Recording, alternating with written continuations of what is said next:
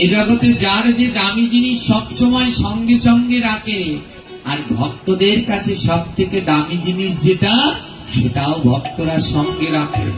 কিন্তু সিন্ধুকের চাবির থেকেও ভক্তদের যেটা দামি, সিন্ধুকের চাবি তো রাখে আঁচলে, সিন্ধুকের চাবি তো রাখে প্যান্টের পকেটে, আর ভক্তদের কাছে সব থেকে দামি বস্তু হলো জপের মালা। আর ভক্তরা জপের মালাটা রেখে দেয় নিজের বক্ষের মাঝে করে, নিজের বুকের মাঝে করে জপের মালাটা রেখে দেয়। বাবাজি বললেন সব থেকে দামিটা দেব। চোর বলে হ্যাঁ সব থেকে দামি বস্তুটা দাও। বাবাজি জপের মালাটা নিয়ে চোরের হাতে দিয়ে দিলেন, এই এটা হলো আমার সব থেকে দামি বস্তু।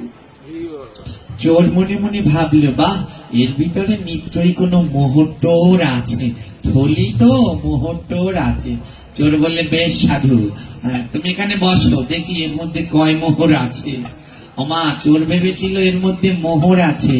চোর যেই মালার থলির ভিতরে হাত দিল, হাত দিয়ে দেখে একটা কাঠের মালা। চোর রেগে গেল, কি এই সাধু, তো তোমাকে বললাম যে তোমার উপরে কোনো অত্যাচার করবো না, তুমি আমার সাথে চাতুরতা করো।